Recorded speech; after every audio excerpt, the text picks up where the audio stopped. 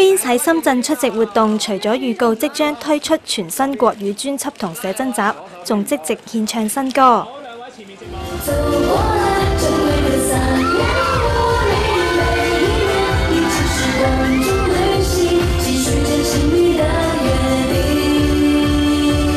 剝咗智慧齒令到塊面腫晒嘅阿嬌透露，睇牙醫嘅時候牙腳被連根拔起啊！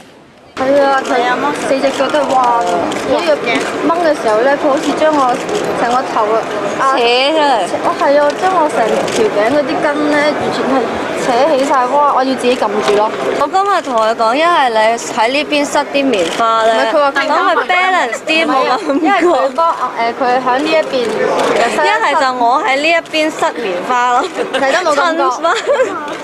有報道話，早前張柏芝同陳冠希喺飛機上撞到，有傾有講，仲影相留念。如果阿嬌遇到咁嘅情況，會點呢？其實我頭先知咯，咁如果係我嘅話，我諗見到先算啦。係啊，即係我覺得我又未必會用呢個交流嘅方式嘅，我未必會用同一樣嘅交流方式咯。